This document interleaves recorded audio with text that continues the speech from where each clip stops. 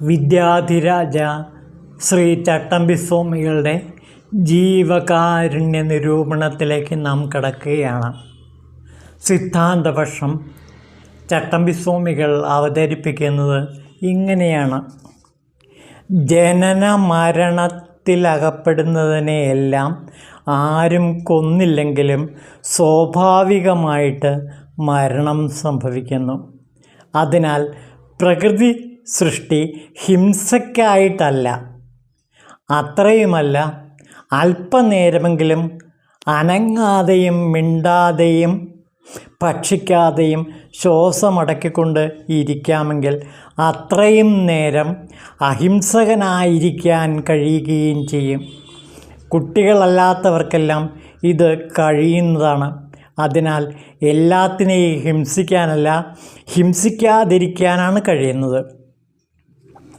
അപ്പോൾ ഇവിടെ പറയുന്നത് പ്രകൃതി സൃഷ്ടി തന്നെ അഹിംസയിൽ അധിഷ്ഠിതമാണ്. വളരെ പ്രധാനപ്പെട്ട ഒരു കാര്യമാണ് ചട്ടമ്പി സ്വാമികൾ ഇവിടെ പറയുന്നത്.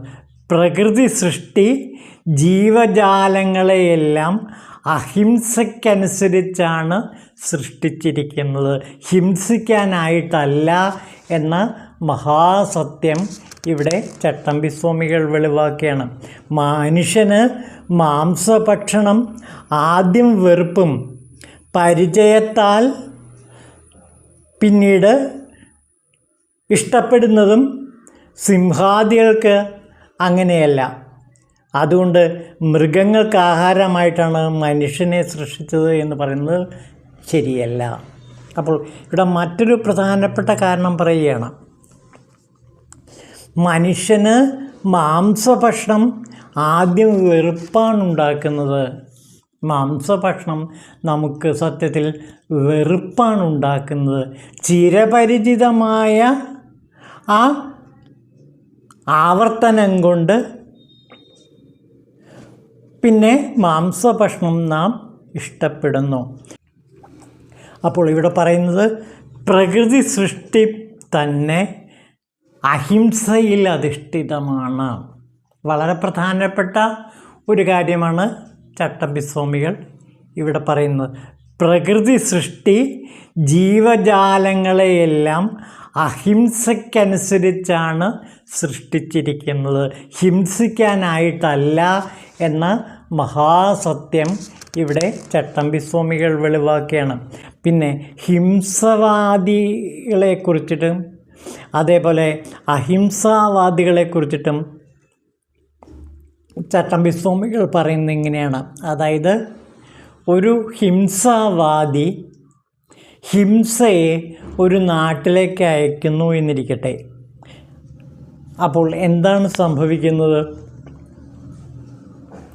ഇത്രാം തീയതി മുതൽ ഇന്ന ദിക്കിൽ ഇത്ര താമസിച്ച് ചുറ്റി സഞ്ചരിക്കാനായിട്ട് ഹിംസാമൂർത്തി പുറപ്പെട്ടിരിക്കുന്നു എന്നറിഞ്ഞ് അയാളെ അതാത് വിശ്വാസികളായ ആബാലവൃദ്ധൻ ജനങ്ങൾ ഹിംസ ആദിക്കൽ കടക്കുന്നതിന് മുമ്പ് തന്നെ പ്രാണഭയത്തോടുകൂടി പിടച്ചടിച്ച് നിലവിളിച്ചുകൊണ്ട് അന്യദിക്കുകളിലേക്ക് പലായനം ചെയ്യുന്നു, ഓടിയൊളിക്കുന്നു. അപ്പോൾ ഹിംസയെ എല്ലാവരും ഭയപ്പെടുന്നു എന്നാണ് പറയുന്നത്. ഹിംസ ഉള്ള ദിക്കിൽ നിന്ന് എല്ലാവരും ഓടിയൊളിക്കുന്നു. അതുകൊണ്ട് ഹിംസയെ ആരും ഇഷ്ടപ്പെടുന്നില്ല. ഹിംസ എവിടെ ചെന്നാലും അവിടെ ചെന്നാൽ അവിടുത്തെ ജനങ്ങളെല്ലാം ആ ഹിംസയിൽ നിന്ന് രക്ഷപ്പെടാൻ വേണ്ടി മറ്റ് സ്ഥലങ്ങളിലേക്ക് ഓടിയൊളിക്കുന്നു. എന്നാൽ അതേസമയം അഹിംസാവാദി അഹിംസയെ പറഞ്ഞിരിക്കുകയാണെന്നിരിക്കട്ടെ, അഹിംസ ചെന്നാൽ എന്താണ് സംഭവിക്കുക? അവർ അഹിംസയെ അന്വേഷിച്ചാണ് യാത്ര ചെയ്യുന്നത്. ഹിംസ ആകാമെന്ന് പറയുന്നവൻ, ഹിംസയെ ഏറ്റു സമ്മതിക്കുന്ന ഒരുവനോ ഒരു ജന്തുവെങ്കിലോ ലോകത്തിലില്ല. അതിനാൽ ഹിംസ ആകാമെന്ന് പറയുന്നവൻ ഒരുത്തനും പറയാൻ അധികാരമില്ല. പാടില്ലെന്ന് പറയാൻ സകല ജീവികൾക്കും അധികാരമുണ്ട്. അഹിംസാവാദി അഹിംസയെ പറഞ്ഞയച്ചാൽ എന്താണ് സംഭവിക്കുക എന്ന് നോക്കുക. അഹിംസാവാദിയുടെ ആജ്ഞപ്രകാരം അഹിംസ പുറപ്പെട്ട് ഇതറിഞ്ഞ് ജനങ്ങൾ ഭവനങ്ങൾ, തെരുവുകൾ എന്ന് വേണ്ട 4 തോരണം കൂട്ടി മംഗളദീപം, നിറമാല, കുലവാഴ, നിറപറ ഒക്കെയായിട്ട് അലങ്കരിച്ചിട്ട് ഈ അഹിംസയെ എല്ലാവരും ആദരിച്ച് സ്വീകരിക്കും. അഷ്ടമംഗല്യം, പുഷ്പവൃഷ്ടിയും മംഗളവാദ്യം മുതലായവ കൊണ്ടാണ് ആർപ്പ് വിളിച്ച് അഹിംസയെ സ്വീകരിക്കുക. അഹിംസ ജയിക്കട്ടെ എന്ന് ലോകം എപ്പോഴും പറഞ്ഞുകൊണ്ടേയിരിക്കുന്നു. ഇങ്ങനെ ചെന്ന് അഹിംസാവാദി കണ്ടപ്പോൾ ആനന്ദാശ്രുവിനെ നേത്രനായിട്ട് ഓടി ചെന്ന് ആശ്ലേഷിക്കുന്നു. സകല പേരും, എല്ലാ ജന്തുക്കളും അഹിംസയെ അപേക്ഷിച്ച് ധ്യാനിച്ച് കഴിച്ചു കൂട്ടുന്നതിനാൽ സകലരും അഹിംസ വേണമെന്ന് പറയുന്നവരാണെന്ന് തീരുമാനിക്കപ്പെടുന്നു.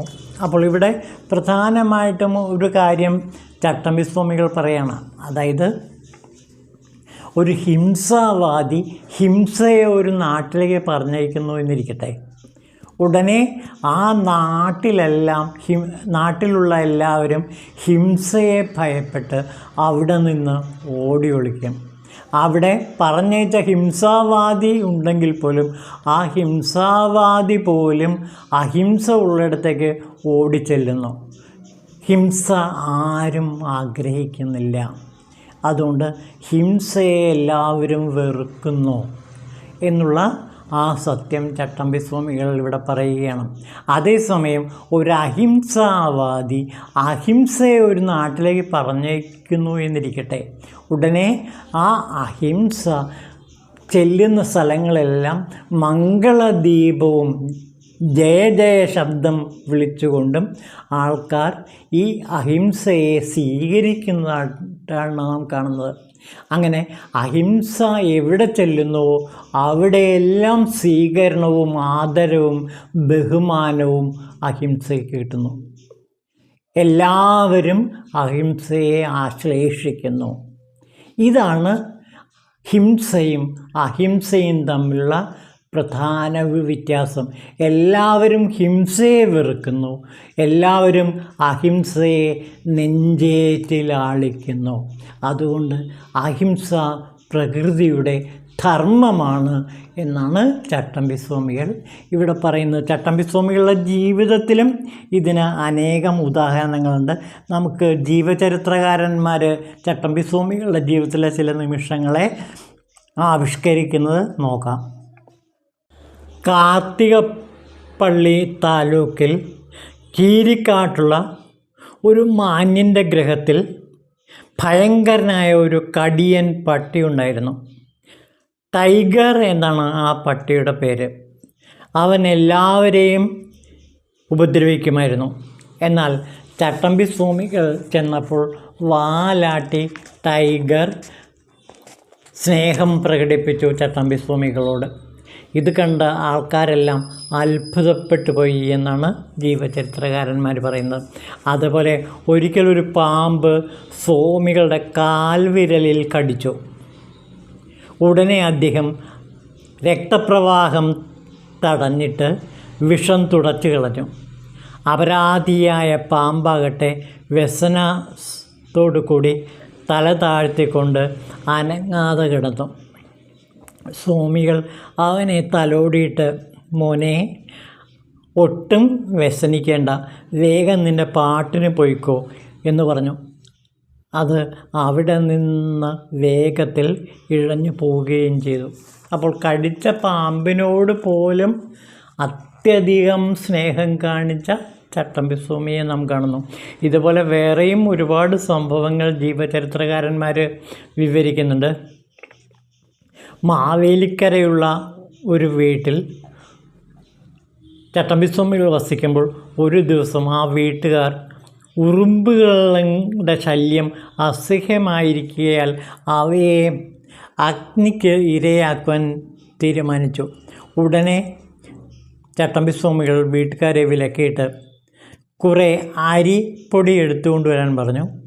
എന്നിട്ട് അരിപ്പൊടി എടുത്തുകൊണ്ട് താഴെ വിതറിയിട്ട് വിളിച്ചു, ഉണ്ണികളെ, ഈ വീട്ടുകാർ നിങ്ങളെ നശിപ്പിക്കാൻ പോവുകയാണ്. ഈ അരിപ്പൊടി എടുത്തുകൊണ്ട് വേഗത്തിൽ ഇവിടെ നിന്ന് പോയിക്കൊള്ളിൻ എന്ന് പറഞ്ഞു. തൽക്ഷണം തന്നെ ആ ഉറുമ്പുകളെല്ലാം അവിടെ എത്തി അരിപ്പൊടി എടുത്തുകൊണ്ട് അവിടെ നിന്ന് പോയി. പിന്നെ ഇതേപോലെയുള്ള സംഭവങ്ങൾ ഒരുപാട് വിവരിക്കുന്നുണ്ട്.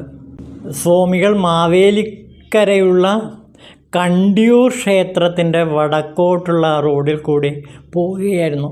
അപ്പോൾ ഉഗ്രനായ ഒരു മൂർഖൻ പാമ്പ് പത്തി ഉയർത്തി ചീറ്റിക്കൊണ്ട് കടിക്കാൻ ഭാവിച്ചു നിൽക്കുന്നു. ഏതാനും പേർ പത്തലും വടിയുമൊക്കെയായിട്ട് അടിക്കാനുമായി ചുറ്റും കൂടി നിന്നിട്ടുണ്ട്. അതിനെ തല്ലിക്കൊല്ലാൻ വട്ടം കൂട്ടുന്നത് കണ്ട് ആ കാരുണ്യമൂർത്തി അവരെ വിലക്കിയിട്ട് പാമ്പിൻ്റെ അടുത്ത് ചെന്ന് കൈ നീട്ടിക്കൊടുത്തു. ഉടനെ അത് സ്വാമികളുടെ കയ്യിൽ ചുറ്റി പത്തി താഴ്ത്തി ഇരിപ്പായി. അദ്ദേഹം അല്പദൂരം പോയപ്പോൾ ഒരു കാട് കണ്ടു. എടാ മോനെ, ഈ കാട്ടിൽ കയറിക്കോ, മേലാൽ പുറത്തിറങ്ങി ആരെയും ശല്യപ്പെടുത്തരുത് എന്ന് പറഞ്ഞു. ഉടനെ അത് സ്വാമികളുടെ കയ്യിൽ നിന്ന് താഴേക്കിറങ്ങി കാട്ടിലേക്ക് പോയി മറഞ്ഞു. ഇതേപോലെ വേറെയും സംഭവങ്ങളുണ്ട്. ഒരിക്കൽ സ്വാമികൾ തൻ്റെ ചില ശിഷ്യന്മാരോട് കൂടി കിഴക്കൻ ദിക്കുകളിൽ സഞ്ചരിക്കുമ്പോൾ ആൾസഞ്ചാരമില്ലാത്ത ഭയങ്കരമൊരു കാട്ടിൽ കൂടി പോവുകയായിരുന്നു. സന്ധ്യയായ സമയം. ഏകദേശം വനത്തിൻ്റെ മധ്യഭാഗത്തെത്തിയപ്പോൾ പടർപ്പിൽ നിന്ന് ഒരു കൂറ്റൻ പുലി ചീറ്റിക്കൊണ്ട് അവരുടെ മുമ്പിൽ ചാടി വീണു. ശിഷ്യന്മാർ പേടിച്ച് വിറയ്ക്കാൻ തുടങ്ങി. സ്വാമികളാകട്ടെ അവരെ സമാധാനപ്പെടുത്തിയിട്ട് അവിടെ നിന്ന് അപ്പോൾ പുലി വാലാട്ടിക്കൊണ്ട് സ്വാമികൾക്ക് 1-2 വലം വച്ചിട്ട് അദ്ദേഹത്തെ നക്കുകയും അദ്ദേഹത്തിൻ്റെ മേലിൽ ചാടിക്കയറുകയും ചെയ്തു. ഉടനെ ആ മഹാസിദ്ധൻ അതിനെ തലോടിക്കൊണ്ട്, എടാ, നിനക്കിപ്പോൾ ഒന്നും തരാൻ എൻ്റെ കയ്യിലില്ല, ഞാൻ പോകട്ടെ എന്ന് പറഞ്ഞിട്ട് അവിടം വിട്ട് പോയി. അപ്പോൾ ജീവകാരുണ്യത്തിൻ്റെ മഹാ ഇതിഹാസം രചിച്ച ചട്ടമ്പി സ്വാമികളുടെ ജീവിതത്തിലെ ചില അനർഘ നിമിഷങ്ങളാണ് ഇവിടെ നാം കണ്ടത്.